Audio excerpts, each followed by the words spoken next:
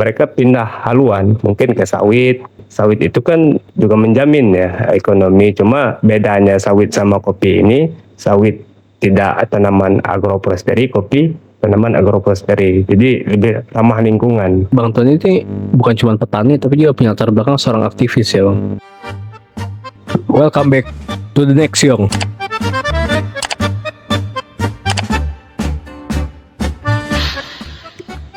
Jadi di kesempatan kali ini kita kedatangan tamu yang spesial juga. Di sini ada Bang Tony. Selamat datang Bang Tony. Selamat datang Bang. Gimana kabarnya Bang hari ini? Alhamdulillah baik Bang. Sehat? Sehat. Alhamdulillah. Perjalanan ke sini kira-kira susah nggak Bang nyarinya?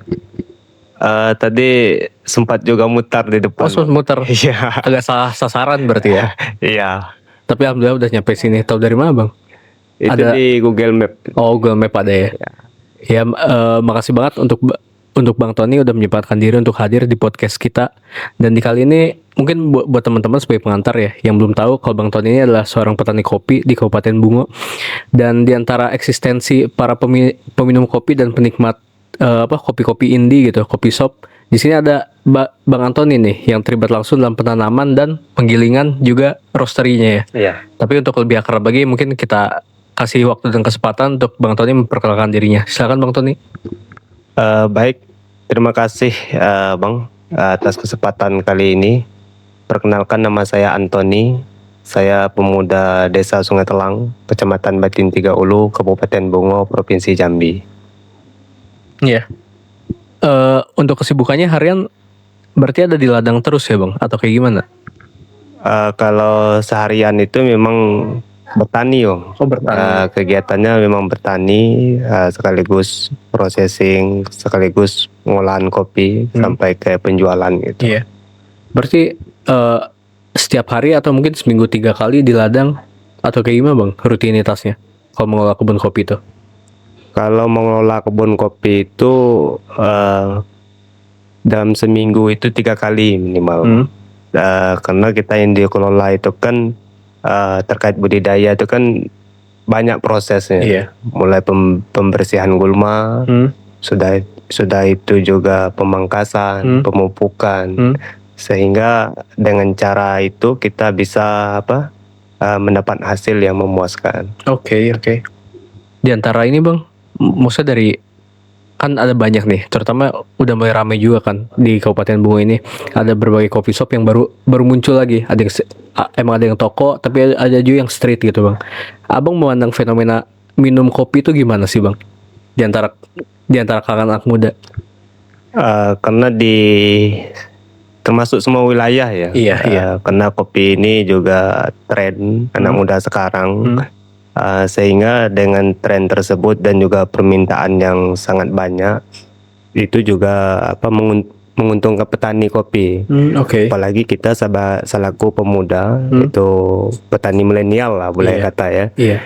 Nah itu sangat beruntung juga kita berproses di petani, karena banyak pemuda ini malu untuk bertani kan.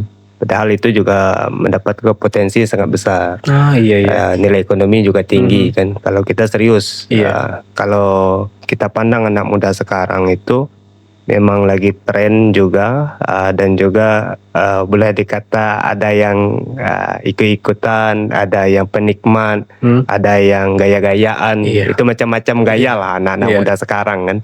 Terkait kopi yang ada di semua wilayah. Itu menurut pandangan saya. Oh iya, di pandangan Abang di sini kan sebenarnya penikmat kopi cukup besar ya, terutama di kalangan Gen Z gitu. Kira-kira, tapi kenapa sih ini jadi pertanyaan yang mendasar gitu? Kenapa mereka nggak terlibat langsung di ladang Bang? Kira-kira apa gitu? Mereka tidak terlibat langsung di ladang itu ya banyak faktor juga kita lihat kan. Karena jadi petani ini kan juga pekerjaan yang tidak semuanya pekerjaan yang beda sama orang yang pakai baju dinas kan, mempunyai seragam. Nah ini petani kan. Iya. Nah itu juga berfaktor dengan gaya-gayaan gitu kan. Oke. Padahal hasilnya belum tahu. Yang berseragam itu lebih menghasilkan daripada yang bertani tadi gitu kan. Nah, sehingga jangan kita melihat terkait penampilan saja, tapi kita melihat bagaimana prosesnya, terus bagaimana nilai ekonominya, sehingga bagaimana bermanfaat untuk orang lainnya. Nah, semua itu kan juga kita nilai, dan juga bahan pertimbangan.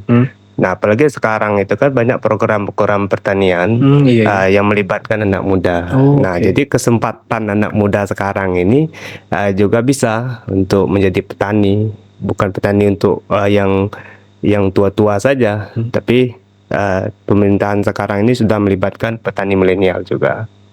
Artinya sebenarnya regulasi dari pusat udah cukup mendukung ya sebenarnya. Kalau anak muda mau jadi petani, tinggal menghilangkan gengsinya itu berarti ya. Nah, betul. Itu. tapi buat teman-teman juga, kalau misalkan barangkali di sini belum tahu, kalau Bang Anton ini punya produk kopinya sendiri. Boleh Bang, silakan dipromosikan. Iya, kita punya produk kopi Kelumbu ya. Ini kopi Kelumbu. Kelumbu ini nama sungai, Bang. Karena petani itu juga nanam kopi itu di pinggir sungai ya. Maka dikasihlah namanya kopi Kelumbu. Itu sejarahnya. Nah, dulu itu memang kita punya sumber daya alamnya sangat banyak, tapi nilai ekonomi masyarakat itu gitu-gitu saja. Nah, mulailah pemerintahan desa itu mulai mencari naik. Maka dapatlah ide, yaitu menanam kopi, yaitu bibitnya dulu itu diambil di Jangkat, Bang, ditanam di daerah kita di Desa Sungai Telang. Itu pada tahun 2016. Setelah itu 2019 itu kita mulai panen gitu kan. Nah, dan 2021 kita mulai ikut expo, menang di tingkat provinsi. Nah, sekarang kita juga mulai pengolahannya, mulai dari huler, proses roasting gitu kan, sampai kayak menjadi bubuk. Nah, jadi untuk promosi ini kita juga menanam kopi ini di pinggir hutan, Bang.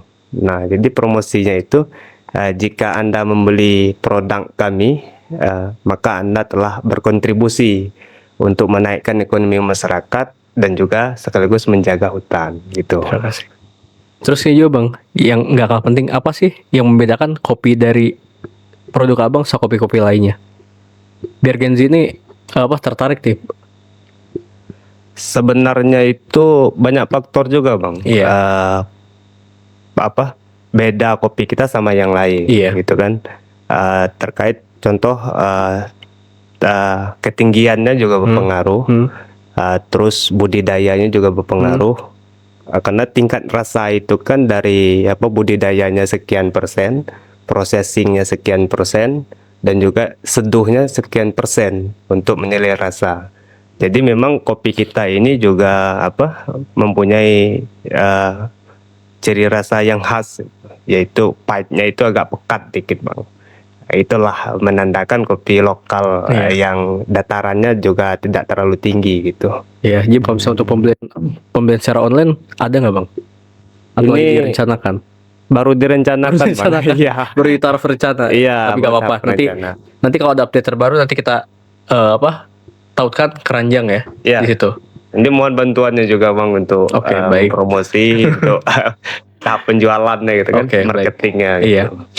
Mungkin ini sih di taraf industri kopi ini ada banyak orang yang sebenarnya udah menjadi konsumen gitu, tapi nggak mengerti isi dalamnya dan apakah industri kopi ini mendukung lingkungan, Bang, atau justru ada faktor-faktor yang menyebabkan ini justru kurang baik buat lingkungan.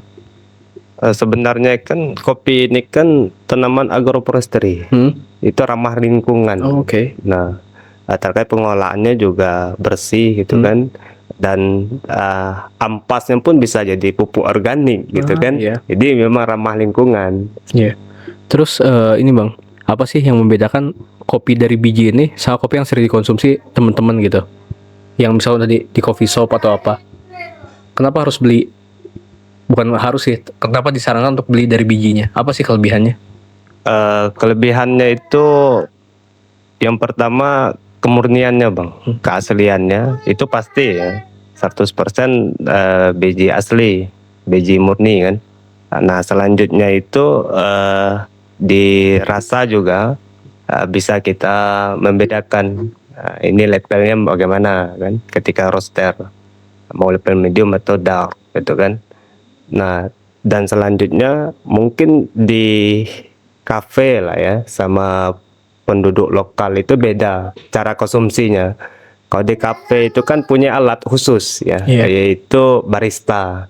Nah, ketika yang orang desa itu nggak punya alat, dia punya gelas sama gula campur kopi Iya. gitu kan. Maka mereka cenderung lebih ke pahit. Kalau orang kafe ini bisa mencari beragam rasa ya. Kopi ini, misal kopi robusta ini spesifiknya rasanya apa gitu kan. Mungkin kopi di Jangkat Kerincinya spesifik rasanya apa, itu bisa di kafe itu bisa di tes cita rasa gitu. Itu membedakan di antara dua tadi. Oke.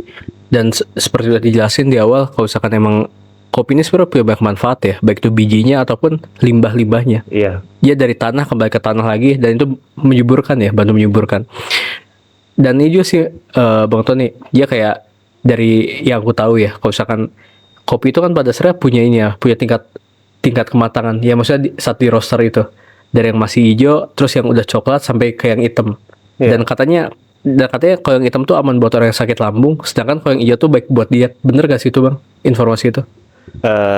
Itu tergantung orangnya juga bang. Hah? yang hijau tadi maksudnya yang mana ini? Artinya nggak di roasting.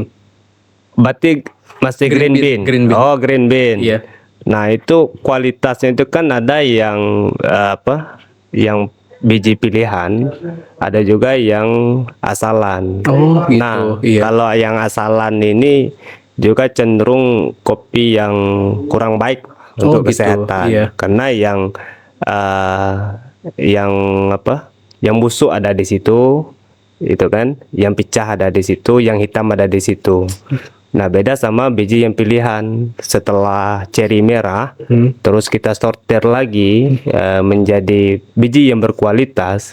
Nah, itu baru biji yang bagus untuk dikonsumsi.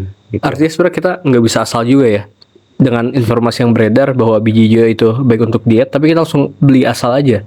Karena Iya. bisa diantaranya mungkin ada yang busuk, ada yang kurang baik, kayak gitu ya. Iya. Berarti ada baiknya emang saat kita beli, anggaplah online gitu, itu kalau bisa udah di roaster juga ya Bang? Itu ada di kemasannya kan ada penjelasannya itu. Ini kualitasnya seperti apa dan terus tingkat kadar airnya seperti apa, roastingnya di level mana. Nah, di situ kita tahu. Nanti kenapa kita pilih kopi ini? Karena kita baca di kemasan di situ. Iya. Nah, di situ kita bisa mencari yang baik gitu. Dan ini sih dari informasi yang aku tahu juga, Bang Tony ini bukan cuma petani tapi juga punya latar belakang seorang aktivis ya Bang. Dia keorganisasian. Mungkin ada satu dua hal yang bisa diceritain tentang itu Bang. Belajar di bangku perguruan tinggi. Nah, itu yang tidak bisa kita pisahkan di antara petani dan juga mencerdaskan anak bangsa gitu kan, atau SDM tadi ya, SDM.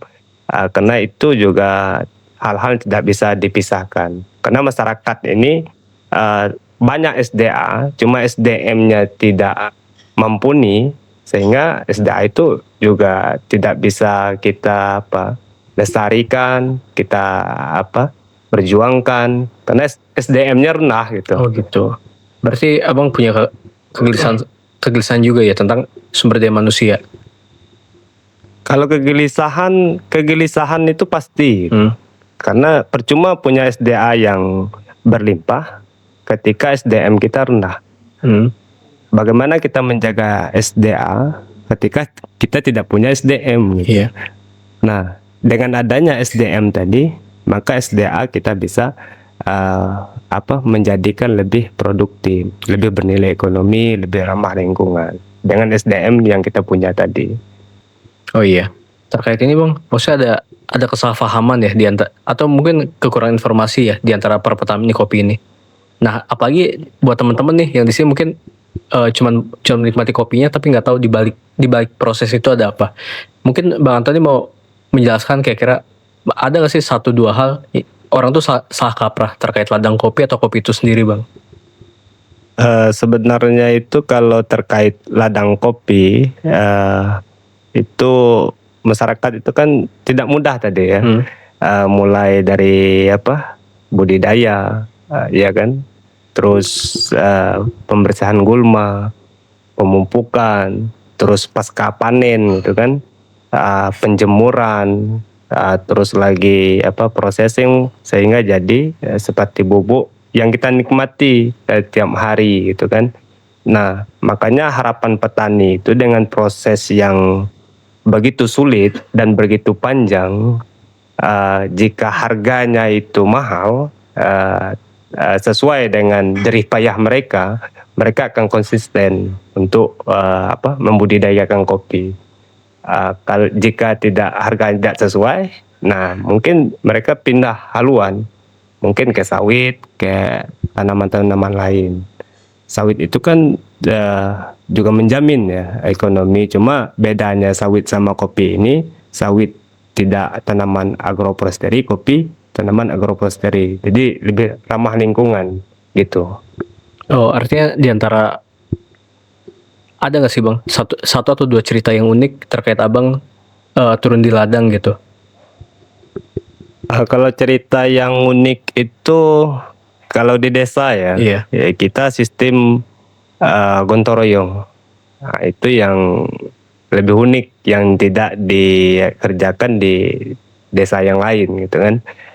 Itu nanti gotong royong di ladang ini, nanti besok gotong royong lagi di ladang orang ini. Di sistem itu putaran-putaran. Oh, apa? Tanpa upah gitu kan. Iya, iya. Nah, itu yang lebih unik. Jadi budaya gotong royong itu masih kita terapkan di desa. Kalau misalkan diantara ya usah mungkin di salah satu keresahan anak muda juga, kalau saat ini emang lapangan pekerjaan agak sempit ya, dan sedangkan ada banyak tanah yang belum dikelola secara produktif gitu. Kira-kira apa sih yang mau Abang bilang gitu ke teman-teman muda juga terkait kerja tuh nggak selalu di kantor tapi bisa juga di ladang gitu? Kalau untuk anak muda ya, Iya. jangan malu jadi petani gitu. Selain hasilnya bersih, ya kan, dan juga bermanfaat untuk kehidupan manusia. Seperti kita lihat, jika petani itu tidak ada, kita mau makan apa, ya kan? Nah, dengan adanya petani ini, sehingga kebutuhan semua kita itu tercukupi oleh orang-orang di desa gitu. Coba di desa itu tidak ada pertanian, beras tidak ada, sayur tidak ada, sudah itu minuman kopi tidak ada. Nah, yang di kota ini mau makan apa gitu kan? Nah, itu makanya itu pentingnya dengan petani yang serius, yang bersih, dan juga pemerintah ini juga serius untuk membantu baik di segi harganya, di segi pupuknya, di segi bibitnya segala macam. Nah, itu kalau dua ini saling membantu, insya Allah kita akan mudah untuk jangka panjang ya, untuk pakan pangan kita. Kalau misalkan anggaplah Bang, di sini ada orang pemerintah nih. Kira-kira apa yang mau Bang sampaikan ke pihak pemerintah itu? Kalau orang pemerintah itu yang ingin kita sampaikan itu sebenarnya tidak banyak gitu kan. Perlu peduli, perhatikan, dibantu apa keluhan masyarakat, apa yang ingin masyarakat lakukan, didukung bukan di segi materi saja, tapi sebentuk dukungan support itu sudah dibanggakan oleh masyarakat gitu kan. Ya, Apalagi mungkin boleh dijelaskan lanjut dukungan dalam bentuk apa Bang? Yang menjadi harapan petani terutama di daerah Abang. Nah, pemerintah ini kan ada data masing-masing Bang. Misalnya kelompok si A kekurangan ini, mesin ini, kekurangan bibit ini kan, itu semuanya sudah ada data-datanya. Nah, tinggal lagi keseriusan dari pemerintah tersebut untuk membantunya dalam jangka pendek, jangka menengah atau jangka panjang. Dan sesuai juga anggaran yang tersedia gitu. Iya. Tapi petani atau masyarakat menunggu hal itu. Itu Oke. harapan. Jadinya harapan abang industri kopi ini bisa terus maju dan justru menggerakkan ekonomi dari baik itu apa daerahnya ataupun warganya gitu ya bang. Iya, kopi ini salah satu tanaman agroforestry tadi Iya. ya. Itu ramah lingkungan dan juga menjaga hutan. Apalagi hutan sekarang ini kan sudah banyak digarap, Iya. sudah rusak juga. Nah, dengan adanya petani kopi tadi, nilai jualnya juga tinggi. Nah, orang tidak mau lagi merusak hutan karena ekonominya sudah tercukupi. Nah, kenapa banyak kerusakan, perambahan hutan segala macam, kerusakan alam segala macam? Mungkin salah satunya faktor ekonomi, tidak sesuai lah, sehingga mereka mau tidak mau, gitu kan? Nah, jadi kalau masyarakat itu atau petani itu kalau sudah sejahtera secara ekonomi, mereka insya Allah tidak akan merusak lagi gitu. Oke. Kalau misalkan ini bang, kira-kira apa yang pengen abang jelaskan ke anak abang gitu terkait ya harapan-harapan abang lah. Kalau abang punya anak gitu. Jika kita punya anak ya, kalau punya anak itu tentu banyak harapan gitu kan. Terkait sumber daya alam kita juga banyak. Kita sudah menikmatinya sekarang. Harapannya anak cucu kita nanti juga menikmati hal yang sama seperti kita. Iya. Jangan sampai kita menikmati sekarang, nanti giliran anak cucu kita tidak bisa lagi menikmati apa yang kita nikmati sekarang. Nah, itu yang selalu dikhawatirkan oleh generasi sekarang untuk generasi yang akan datang. Oke. Terima kasih Bang Antoni. Tapi sebelum menutup podcast kali ini, saya pengen abang ngasih pesan nih buat teman-teman di luar sana yang terkait pembicaraan kita tadi. Dan harapannya buat teman-teman juga melihat kopi, industri kopi, dan perkopian itu kayak gimana bang? Boleh mungkin disampaikan. Kalau untuk teman-teman pemuda ya khususnya melihat petani itu, khususnya petani kopi, petani apapun lah, kita harus jangan melihat dari kopernya saja, tapi lihat dari prosesnya, terus sumber dayanya. Kita kan tidak sama gitu kan, terkait dengan orang hidup di desa dan orang hidup di kota. Mungkin hidup di desa, mungkin itu jendela pintu rezekinya, ya kan? Mereka punya lahan, ya kan? Mereka punya pengetahuan. Nah, itulah nilai jualnya. Walaupun mereka tidak berseragam, tapi mereka bisa menyaingi orang-orang yang berseragam dengan sumber daya alam mereka dan SDM mereka. Bisa mengelola SDA tadi bukan di segi ekonomi saja, tapi di segi masyarakatnya juga bisa kita makmurkan dengan sosialisasi terkait pertanian inilah. Pertanian ini kan panjang cerita ya, mulai budidaya, panen, dan itu mulai dari pasarnya nanti itu banyak. Jadi dengan adanya hadir anak mudanya sekarang, kita bantu untuk harganya, untuk prosesnya. Nah, itu ada tugas kita sama-sama untuk pemuda hadir di tengah masyarakat, memajukan masyarakat, memajukan ekonominya untuk kesejahteraan masyarakat itu. Oke, terima kasih Bang Antoni udah menyempatkan diri untuk hadir di podcast kami. Semoga pesan dan harapan abang bisa sampai ke teman-teman muda di luar sana, termasuk di kabupaten itu ataupun yang lebih luas lagi se-Indonesia ya. Amin. Terima kasih juga Bang Antoni untuk menyempatkan waktunya untuk hadir di podcast kami. Dan ya udah, sebagai penutup, jangan lupa saksikan episode selanjutnya juga dari The Next Young.